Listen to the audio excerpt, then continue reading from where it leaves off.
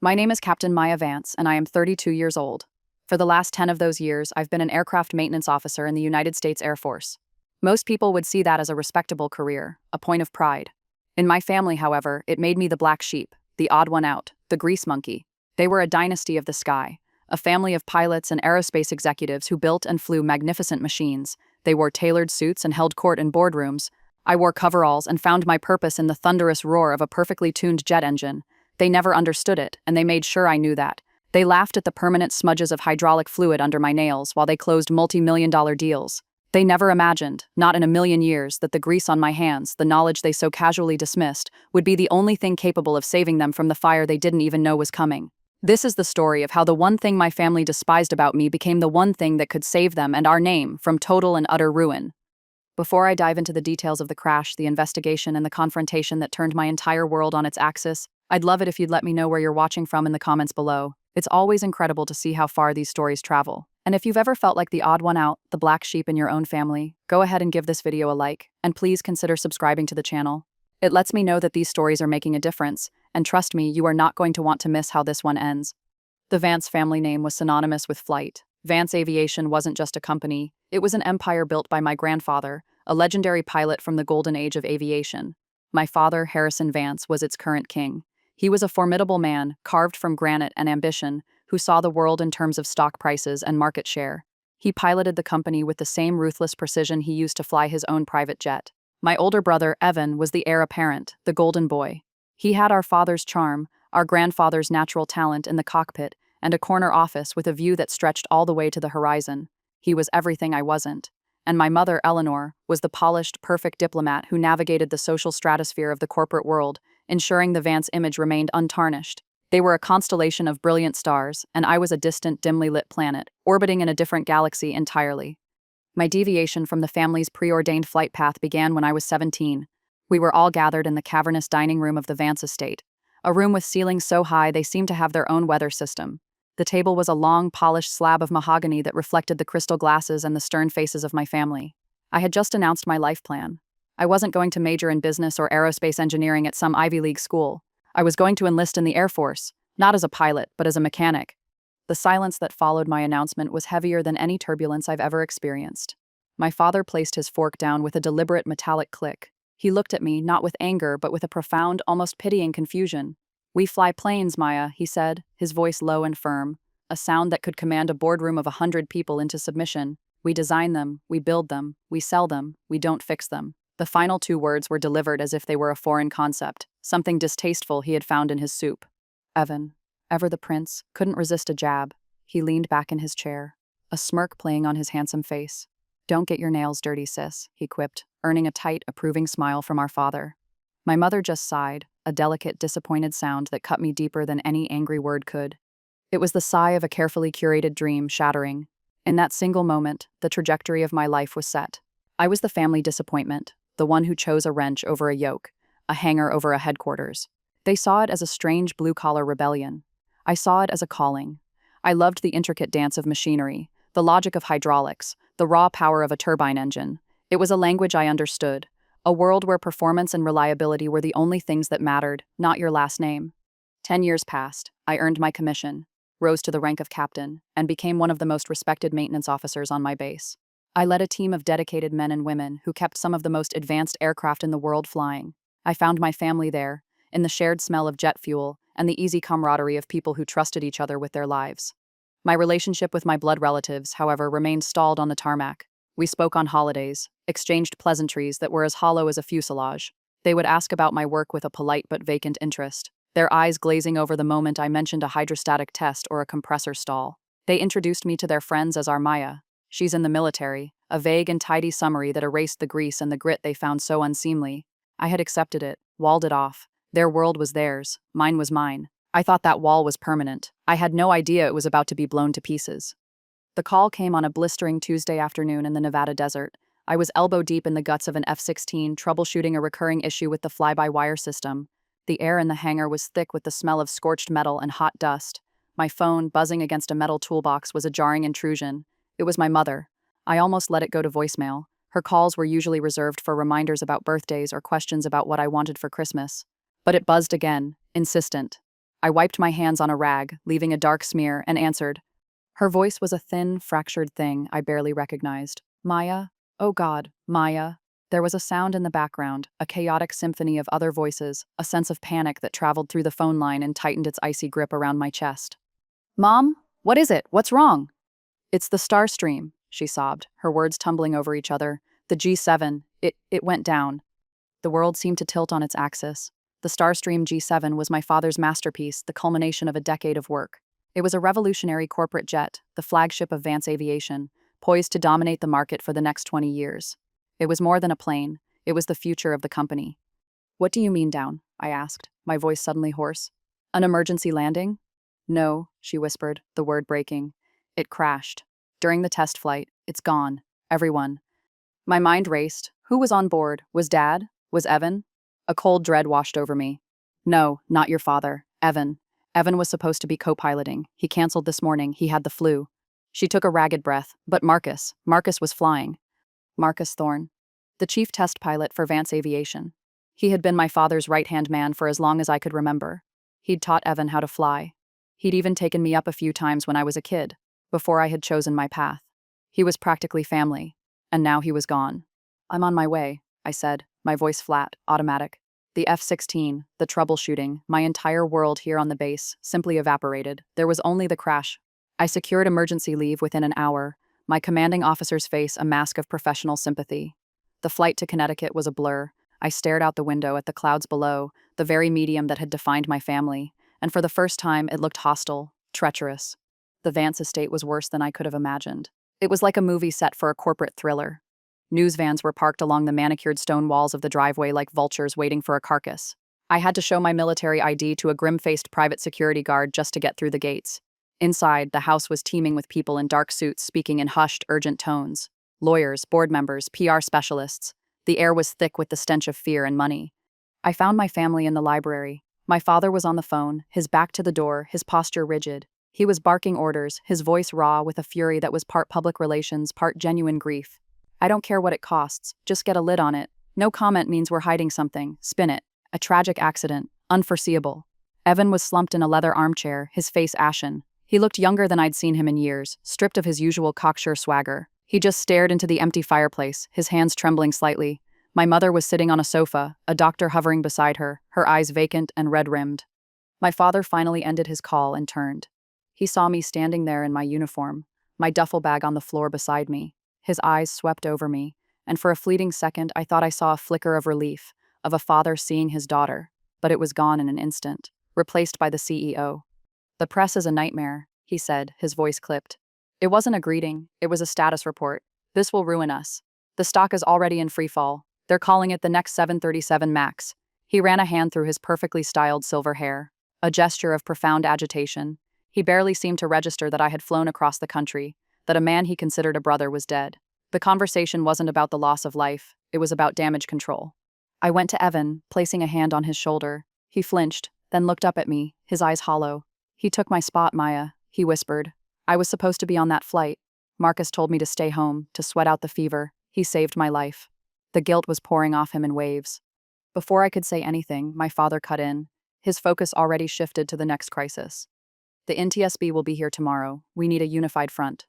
This was not a design flaw, it was a component failure, a supplier issue. Do you understand? That is the only narrative. He was looking at Evan, but his words were meant for the room, for the universe. He was trying to bend reality to his will. He didn't ask me a single question about my flight, my work, or how I was feeling. In the midst of the greatest crisis his company had ever faced, I was still just a piece of the furniture, a silent observer in a uniform he didn't understand. The chasm between us had never felt wider.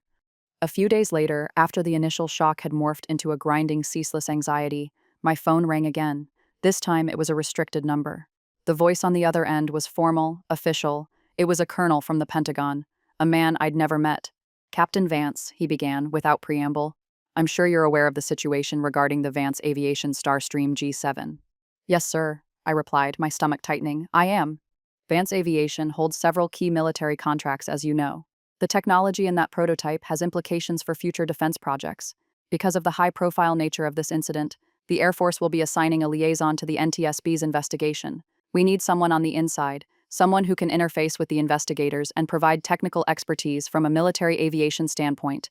I knew where this was going, but it still felt like a punch to the gut. Your name came up, Captain, the colonel continued. Your background in advanced avionics and propulsion systems is exemplary, and given your unique familial connection to the company in question, the secretary has decided you are the ideal candidate for the post. You'll be the lead military liaison. It's not a request, Captain. It's an order.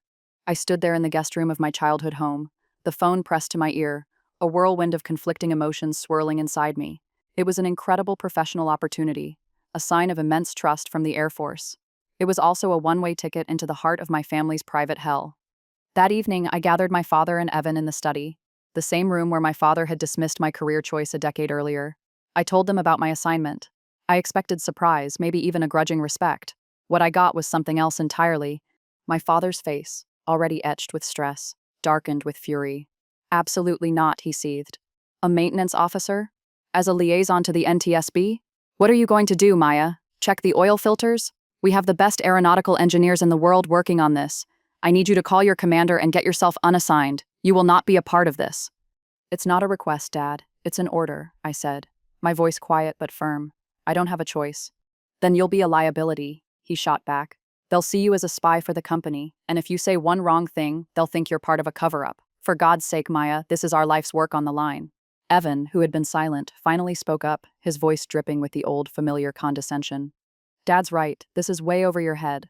The NTSB guys are the best of the best. Just try not to get in the way of the real experts, okay? Let them do their jobs. There it was. The same dismissal, the same casual disdain, just wrapped in the urgency of a crisis. They didn't see a highly trained Air Force officer with a decade of hands-on experience. They saw the little girl who chose a wrench over a spreadsheet. They didn't want my help. They saw me as another problem to be managed. The hurt was a familiar, bitter taste in my mouth. But underneath it, something new was hardening, a cold, sharp resolve. Fine, I wouldn't do it for them. I would do it for Marcus, and I would do it for me. The NTSB had set up a mobile command post in a series of trailers near the edge of the crash site. The air buzzed with a grim, focused energy. I presented my orders to a woman at the check-in desk, who then led me to the main trailer. The man in charge was named Frank Byrne. He was the investigator in charge, a veteran of dozens of crash sites. He had a weathered face, tired eyes, and a handshake as firm and uncompromising as a steel beam. He looked at my ID, then up at me, his expression unreadable. Captain Vance, he said, his voice a low gravel. I'll be honest, I argued against this. Having the CEO's daughter on my team, it's a conflict of interest the size of a jumbo jet. So let's get one thing straight. You are a guest here. You are an observer. You speak when I tell you to speak. Your job is to facilitate communication with the Air Force, nothing more. You are not here to run interference for your family's company. Are we clear? Crystal clear, Mr. Byrne, I said, meeting his gaze without flinching. I understood his position. I probably would have felt the same way. But his assumption stung nonetheless. He, like my family, had already decided who I was and why I was there. He nodded slowly, then grabbed a hard hat from a hook. All right, let's go for a walk. The crash site was a scar carved into the green Connecticut woods. The wreckage was spread over half a mile, a brutal, chaotic landscape of twisted metal and scorched earth. The smell of burnt fuel and damp soil hung heavy in the air. It was a sacred, terrible place. Frank Byrne walked me through the debris field, pointing out the major sections, the cockpit, a piece of the wing, the engine turbines. His team had flagged and numbered every significant piece of metal. It was a slow, methodical process of reconstructing a nightmare. Catastrophic in-flight breakup, he said, his voice devoid of emotion. It was the clinical language of disaster. Happened at 30,000 feet. No mayday. The pilot barely had time to react. He and his team were focused on the large, obvious pieces of the puzzle. The wings, the tail fin, the fuselage structure. They were looking for signs of metal fatigue, an explosive decompression, or a structural failure. It was the engineer's perspective. But my eyes, trained for a decade to look for the small, the overlooked, the things that go wrong on a daily basis, were drawn elsewhere. Near the mangled empennage, I saw a piece of tubing. It was a hydraulic line, part of the system that controlled the rudder actuators. It was severed, which was expected, but something about the fitting at the brake caught my eye. It wasn't a clean shear from the force of the impact. The edges were distorted, almost bubbled, and the metal had a strange, discolored patina, a dark, ugly stain that looked different from the soot and fire damage on the surrounding components. It looked like it had been corroded from the inside out. Mr. Byrne, I said, pointing. This fitting on the hydraulic line, the failure point looks unusual. He glanced at it, his expression unimpressed. Post-crash fire, Captain. We see it all the time. Hydraulic fluid is flammable under pressure. It probably ignited on impact. He made a dismissive gesture and moved on, his focus already on a larger piece of the tail assembly. I knew it wasn't a fire. Fire damage is black, sooty. This was a chemical-looking tarnish, a sickly gray-green. But I was the outsider, the CEO's daughter. I had already been warned to keep my observations to myself. I said nothing more, but I logged the image in my mind, filed it away. A seed of an idea, a terrible one, was beginning to sprout in the back of my mind. Later that day, the preliminary report from the black boxes arrived from the NTSB lab in Washington, D.C. Frank called the senior investigators into the command trailer. He allowed me to stand in the back. The cockpit voice recorder was chilling. They played the last 30 seconds. There was the normal hum of the avionics, then Marcus Thorne's calm, professional voice. Okay, bringing her up to flight level 350. A few seconds of silence, then a sudden change in his tone. Not panic, but sharp, utter confusion. What the hell is that, he said. It was followed by a strange, high-pitched whining sound that grew in intensity for 2 seconds, then an abrupt, violent roar of static, and then nothing. The flight data recorder told a similar story of sudden, inexplicable violence. All systems were nominal, and then in the span of a single second, the data showed a massive, uncommanded deflection of the rudder, a violent yaw that would have snapped the plane sideways in the sky. Then a cascade of system failures as the aircraft literally tore itself apart. The data stream ended. Frank Byrne took off his glasses and rubbed his eyes. The rudder hard over. It's the only explanation. He looked around the room. The official preliminary theory is a catastrophic failure of the primary rudder actuator. The narrative is that the Starstream has a fatal design flaw. I watched the faces of the investigators, saw them nodding in agreement. It was the most logical conclusion, but I couldn't shake the image of that corroded fitting. A rudder actuator doesn't just fail like that. Something had to make it fail. And in my world, the world of the grease monkey, you always followed the fluid. The problem wasn't the rudder. The problem was in the lines. I was sure of it. And I was completely, utterly alone in that belief. The announcement hit the news wires an hour later. Vance Aviation stock, which had been in free fall, went off a cliff. My father's worst fears were being realized, and the investigation had only just begun. The days that followed were a blur of meticulous, grinding work. The media frenzy was relentless. Every news channel ran stories with grim-faced aviation experts speculating about the Starstream's design, using computer animations to show the plane ripping apart in the sky. They questioned my father's ambition, suggesting he had cut corners on safety to rush the plane to market. I watched my father on television, standing at a podium in front of the Vance Aviation logo, his face a mask of strained defiance. He announced that the company was fully cooperating with the NTSB, but that they had reason to believe the cause was a faulty component from a third-party supplier. It was a classic corporate defense strategy: deflect, deny, and point the finger. Watching him, I felt a strange mix of pity and frustration. He was a lion in a cage, roaring at shadows, while the real threat was something he couldn't even conceive of. Back at the command post, the atmosphere was thick with a kind of intellectual certainty. The NTSB and Vance Aviation engineers were all focused on the same thing: the rudder actuator assembly. They built complex computer models, ran stress simulations, and argued over fluid dynamics and metallurgical tolerances. They were all brilliant, all looking at the problem from 30,000 feet. I decided to look at it from ground level. I put in a formal request for the complete maintenance and testing logs for the prototype aircraft, tail number N7VC.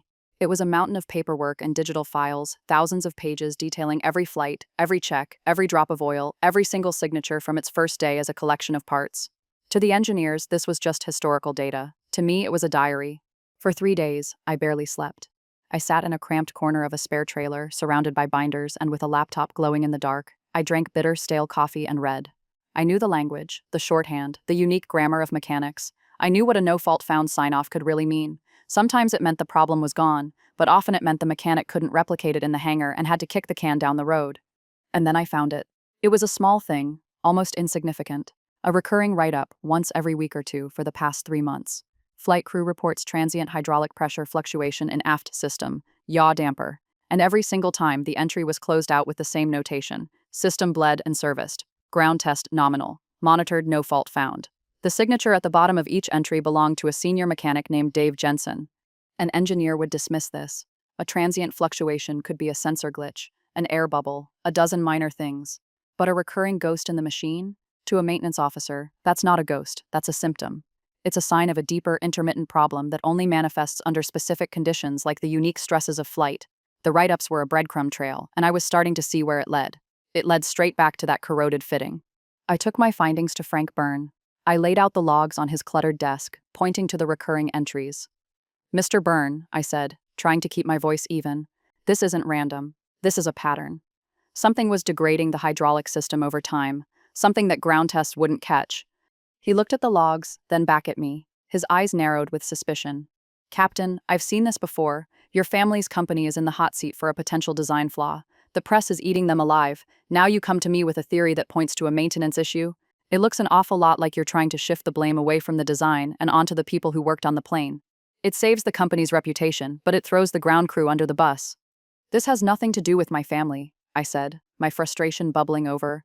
This is about finding the truth. That fitting I showed you wasn't damaged by fire, it was corroded. This pattern in the logs supports that. It's a weak theory, based on a smudge in a logbook and a piece of discolored metal, he said, shaking his head. We're focusing on the actuator. That's where the evidence is. He dismissed me with a wave of his hand, turning back to his own charts. The conversation was over. I walked out of his trailer, feeling a cold fury. He was so sure of his own conclusions, so blinded by his prejudice about who I was, that he couldn't see the evidence right in front of him. I was on my own, or so I thought. Later that evening, as I was packing up my files, a young man appeared at the door of my trailer. He was one of the NTSB investigators, a tech specialist named Ben Carter. He was in his late 20s, with bright, inquisitive eyes and an air of quiet intelligence. Captain Vance, he said, hesitating for a moment. I'm Ben. I was in the briefing with Mr. Byrne earlier. I couldn't help but overhear. I think you might be onto something. Hope, sharp and unexpected, pierced through my frustration. You do? Yeah, he said, stepping inside. The whole rudder hard-over scenario, it feels too simple.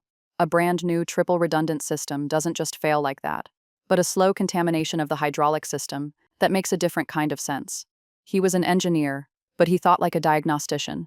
I can get you access to the high-resolution imagery from the lab, he offered, his voice low. The close-ups of every component from the empennage. Byrne's team has already looked at them, but they were looking for stress fractures. Maybe we can look for something else. That night, in the quiet hum of my trailer, Ben and I became co-conspirators. He pulled the files onto my laptop, hundreds of crystal-clear microscopic images of the wreckage. We focused on the hydraulic lines, the reservoir fragments, and especially the fitting I had spotted in the field. He zoomed in, enhancing the image until the very grain of the metal was visible. And there it was. It wasn't just a stain. Magnified 1,000 times, you could see it. The surface of the metal was pitted, eaten away, and embedded in those pits were microscopic crystalline particles that glinted under the digital light. They didn't belong there. They looked like salt, but they weren't. I stared at the screen, my blood running cold. This isn't corrosion from water or air, I whispered, more to myself than to Ben. This is a chemical reaction, an aggressive one. I had a sudden, jarring flashback to a specialized training course I'd taken years ago at Wright-Patterson. It was a simulation for dealing with the aftermath of a chemical weapons attack, learning how certain agents could degrade aircraft alloys. The patterns of corrosion, they were eerily similar. This was deliberate, I said, looking at Ben. His eyes were wide. A new terrifying question began to form in my mind. If this was deliberate, who would do it, and why? My thoughts immediately jumped to Vance Aviation's biggest competitor, Sterling Aero. They were a ruthless conglomerate known for their aggressive and sometimes unethical business practices. My father had just beaten them out for a massive multi-billion-dollar military contract to develop a new fleet of executive transport jets for the Air Force. The Starstream G7 was the prototype that had sealed the deal. Its failure wouldn't just be a tragedy, it would be a strategic victory for Sterling Aero.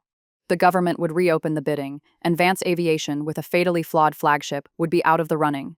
I knew it was a leap, a massive, career-ending leap if I was wrong. But I had to warn my family. I drove to the estate late that night. I found my father and Evan in the study, poring over legal documents. The room smelled of old leather and new fear. I didn't waste time with pleasantries. I stood before them and laid out my theory: the corroded fitting, the maintenance logs, the possibility of chemical contamination, the Sterling Aero contract. I told them I believed the crash was an act of corporate sabotage. The reaction was worse than I could have possibly imagined. My father actually laughed. It wasn't a sound of humor, it was a harsh, incredulous bark. Sabotage, he said, looking at me as if I'd grown a second head.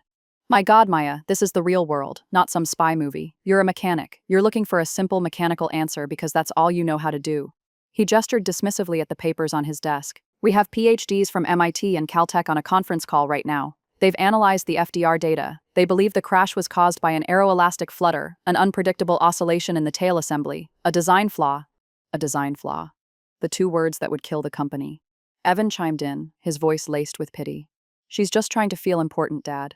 She's in over her head, and she's inventing conspiracies. The words hit me like a physical blow. After everything, after all the years, this was what they thought of me. That I was a simple-minded mechanic, incapable of complex thought, so desperate for their approval that I would invent a fantastical story. The hurt was so profound, so absolute, that it transformed into something else. It wasn't anger, it was clarity. A cold, hard, crystalline clarity. I finally understood. I would never be their equal. I would never earn their respect. And for the first time in my life, I realized I didn't need it. "You're wrong," I said, my voice dangerously quiet. "Both of you." I turned and walked out of the study, out of the house, and didn't look back. The wall between us wasn't just permanent anymore. It was made of reinforced steel, and I was on the other side, alone, with the truth. I drove back to the command post, my knuckles white on the steering wheel. The hurt had burned away, leaving behind a cold, clean determination. I wasn't doing this for them anymore. I wasn't doing it to save Vance Aviation. I was doing this because Marcus Thorne was dead, and because I was the only person on the planet who knew why. I found Frank Byrne in his trailer, preparing to leave for the night. I stood in his doorway, and he looked up, an annoyed expression on his face. "What is it now, Captain?" I didn't try to persuade him with theories or logbooks. I went for broke. "I need you to order a full spectrographic analysis of the hydraulic fitting from section G7 of the empennage wreckage, and the residual fluid inside it." He sighed, leaning back in his chair. "I already told you. My metallurgists say it's post-crash fire damage." "Your metallurgists are wrong," I said, my voice unwavering. I took a deep breath. "Mr. Byrne, I am staking my entire military career on this. If I'm wrong, I will submit a formal request for a transfer to the most remote base you can find. I'll go count penguins in Antarctica. You will never have to see my face or hear my theories again. But if I'm right, you'll have your answer, not the easy one, the real one." He stared at me for a long, silent moment. He studied my face, my posture, the absolute conviction in my eyes. I wasn't the CEO's daughter trying to protect her family anymore. I was an Air Force officer, a technical expert, and I was deadly serious. Perhaps he finally saw that, or perhaps he was just intrigued by the sheer audacity of my gamble. He picked up his phone. "Get me the lab in DC, he said, his eyes still locked on mine. "I have a priority order for a full mass spectrometry workup. Yes, I know what time it is. Do it now." The next 24 hours were the longest of my life. I existed in a state of suspended animation, waiting for a phone call that would either vindicate me or professionally obliterate me. I couldn't eat. I couldn't sleep. I just replayed every moment of the investigation in my mind, second-guessing every conclusion, every instinct. The call came the following afternoon. It was from Byrne's assistant. "Mr. Byrne wants to see you. Now." I walked to his trailer, my heart hammering against my ribs. I felt like a pilot on a final approach in zero visibility, trusting nothing but my instruments. I knocked and entered. Byrne was sitting at his desk, a single sheet of paper in his hand. He looked up at me, and his face was pale. The usual mask of gruff skepticism was gone, replaced by an expression of pure, unadulterated shock. He slid the paper across the desk towards me. It was the lab report. "You were right, Captain," he said, his voice a stunned whisper. "God help us, you were right." I picked up the report. My hands were shaking so badly I could barely read the technical jargon, but I found the summary section.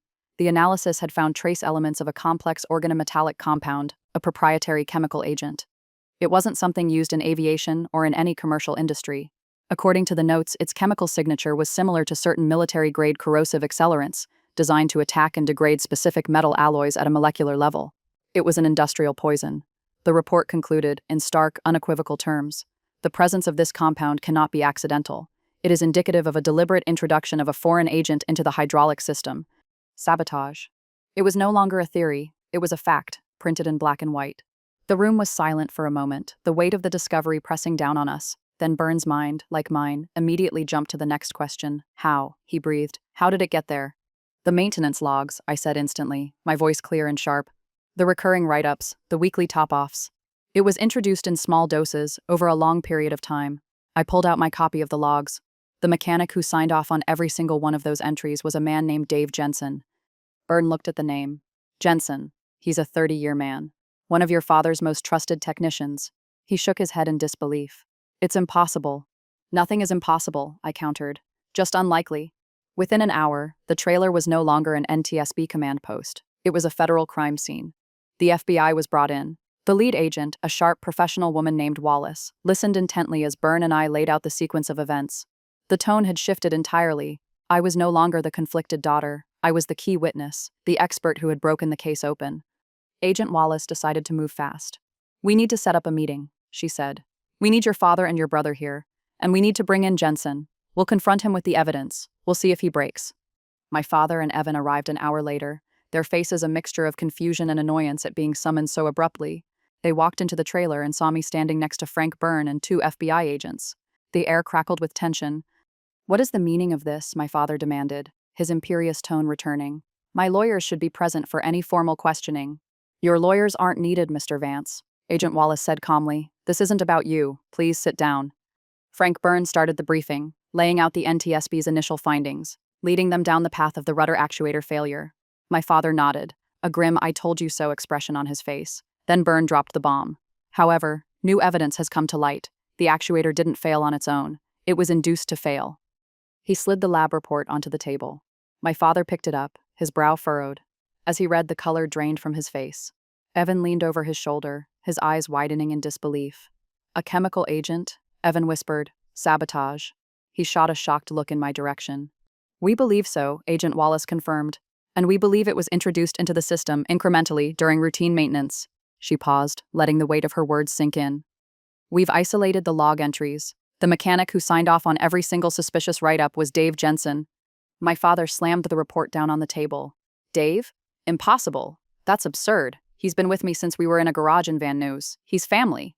This was my moment. All the years of being dismissed, of being the grease monkey, had led to this. I stepped forward, my voice calm and measured, cutting through my father's blustering. "He's right, it does seem impossible," I began, and all eyes turned to me. I didn't talk about chemicals or corporate espionage, I talked about what I knew. Whoever did this had an intimate knowledge of the Starstream's maintenance schedule. The write-ups about the pressure fluctuations were always logged on a Friday afternoon, right before the weekend. When the plane would sit idle, a small amount of this agent would be added to the hydraulic reservoir.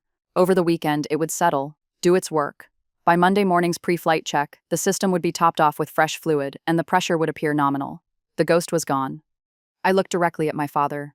This wasn't the work of an engineer trying to exploit a design flaw. This was the work of a mechanic, someone who knew the procedures, who knew the schedules, who knew that a small intermittent pressure drop would be dismissed as a sensor glitch by the pilots and engineers a dozen times before anyone looked deeper.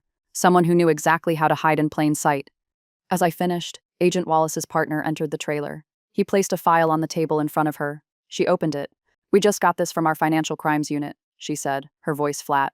"Dave Jensen, a man with a modest salary and a clean record, had a recent unexplained deposit of $500,000 into an offshore account. We traced the transfer. It came from a series of shell corporations which are ultimately owned by a holding company. A holding company that belongs to a senior vice president at Sterling Aero." The air in the trailer went out of the room. My father sank back into his chair as if his bones had turned to dust. His entire world, his belief in loyalty in people, had just been detonated. Evan just stared at me, his mouth slightly agape, the condescending smirk he'd worn his whole life completely gone, replaced by a look of dawning, horrified awe. They brought Dave Jensen in a few minutes later. He was a man in his late 50s with kind eyes and work-worn hands. He looked confused, scared. But when Agent Wallace laid the financial records on the table in front of him, he crumpled. He broke down, his body shaking with racking sobs. He confessed everything.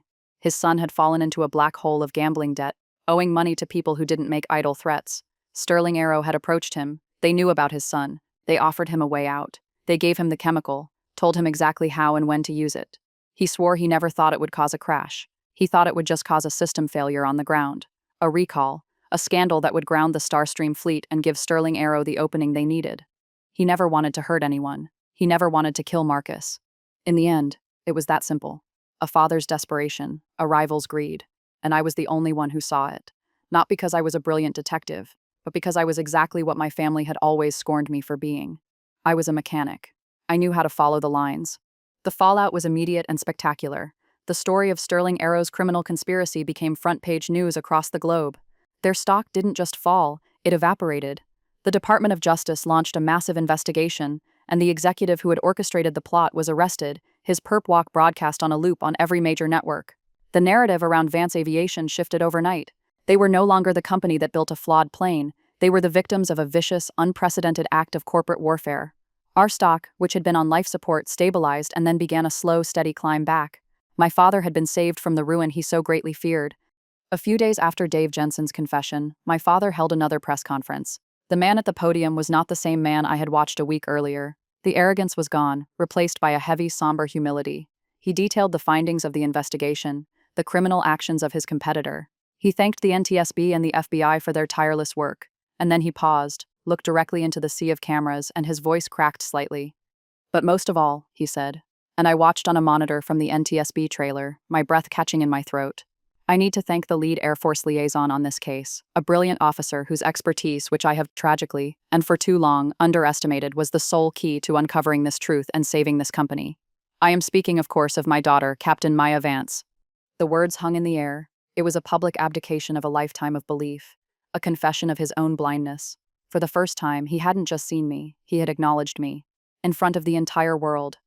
Later that week, he asked me to meet him at the estate. He led me into the study, the very room that had served as the backdrop for so much of my childhood hurt. He looked older, smaller, the weight of the last few weeks having carved new lines into his face. He stood before me, not as a CEO, but as a father. "I was a fool, Maya," he said, his voice thick with an emotion I had never heard from him before. Sincere regret. I was so blinded by the image of what I thought a Vance should be, a pilot, an executive, a reflection of me, that I couldn't see the brilliant, capable woman standing right in front of me. "Your mind, your skills, they are extraordinary. I was wrong, about everything, and I am so sorry." He walked over to his desk and turned a framed photo towards me. It was a picture of me, age 12, grinning, with a smudge of grease on my cheek, holding up a carburetor I had just successfully disassembled and reassembled from an old lawnmower. He had kept it all these years. "I want you to come home," he said, "to the company. I'm creating a new position, Vice President of Quality and Safety Assurance. It's yours. You can write your own ticket. Help me make sure nothing like this can ever happen again."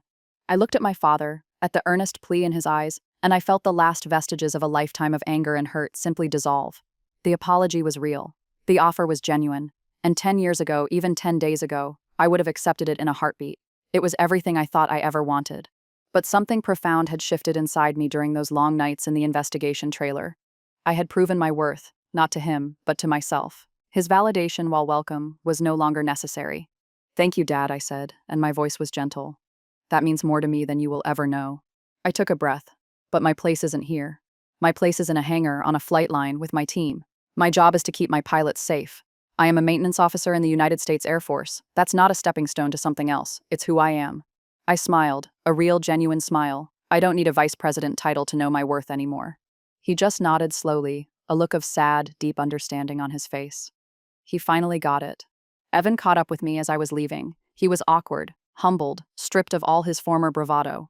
"Maya," he started, fumbling for words. I was an idiot, a complete jerk, my whole life." He looked down at his shoes. "I was supposed to be on that flight. Marcus, he died in my place. And you found out why. You gave his memory justice. You saved the company." He finally looked up, his eyes meeting mine. "Thank you." The old rivalry, the years of sibling friction, it all just seemed so petty, so distant. I simply nodded. It was a start, a new foundation on which maybe we could build something better. A year later, a lot had changed. I was Major Maya Vance now. I stood in front of a new class of young Air Force maintenance technicians in a briefing room at Nellis Air Force Base. The smell of industrial cleaner and coffee filled the air. As I spoke detailing the intricate systems of the F-35, my voice was filled with a confidence that was bone deep. It wasn't just knowledge, it was authority, earned through experience and tested by fire. I had found my place, not in spite of my family, but entirely separate from them. I was a leader, and I was home. Vance Aviation was thriving. Guided by a renewed sense of purpose, my father had transformed the company's culture, safety and integrity. The very principles I had embodied were now the company's guiding stars. They had, in a satisfying twist of fate, officially won the massive government contract that Sterling Aero had tried to steal through murder and deceit. The new fleet of transports would be built on the bones of the Starstream G7, but with safety protocols and oversight that were now the gold standard in the industry. My family and I found a new, quieter rhythm. My father and Evan would fly out to visit me on base every few months. They didn't come as executives. They came as my dad and my brother. They brought me coffee from a local spot I liked. They'd ask about my work, their questions now full of genuine curiosity. They wanted to understand my world, the world they had dismissed for so long. The dynamic wasn't perfect, because life isn't. There were still scars, but the relationship was real, forged in tragedy, and rebuilt on a foundation of mutual respect. It's funny how life works out. For so long, I was chasing their approval. I truly believed that to be seen, to be valued, I had to be in the cockpit or the boardroom. I had to fit into the mold they had created. But the truth is, my greatest strength, my truest self, was forged in the very place they refused to look, under the hood of a jet with grease on my hands and the hum of powerful machinery in my soul. They called me the black sheep, the odd one out. But it turns out, sometimes the flock doesn't need another sheep. Sometimes what it really needs is a sheepdog, someone to watch over it, to see the dangers others miss. The most important lesson I learned through all of this wasn't about advanced hydraulics or corporate espionage. It was that your value is not a reflection in someone else's eyes. It's not determined by their inability to see it. Your worth is defined by you. It's built, rivet, by your own passions, your own dedication, and by the skills you hone when no one else is watching. Thank you for listening to my story. I'm genuinely curious. Have you ever had a skill or a passion that others dismissed, only for it to become incredibly important later in your life? I'd love to read about your experience in the comments below. I try to get to as many as I can. If this story resonated with you, please give it a like and subscribe for more stories about finding your own strength in unexpected places. Always remember to trust your own expertise, even and especially when you're the only one who does. Thank you for joining me on this journey.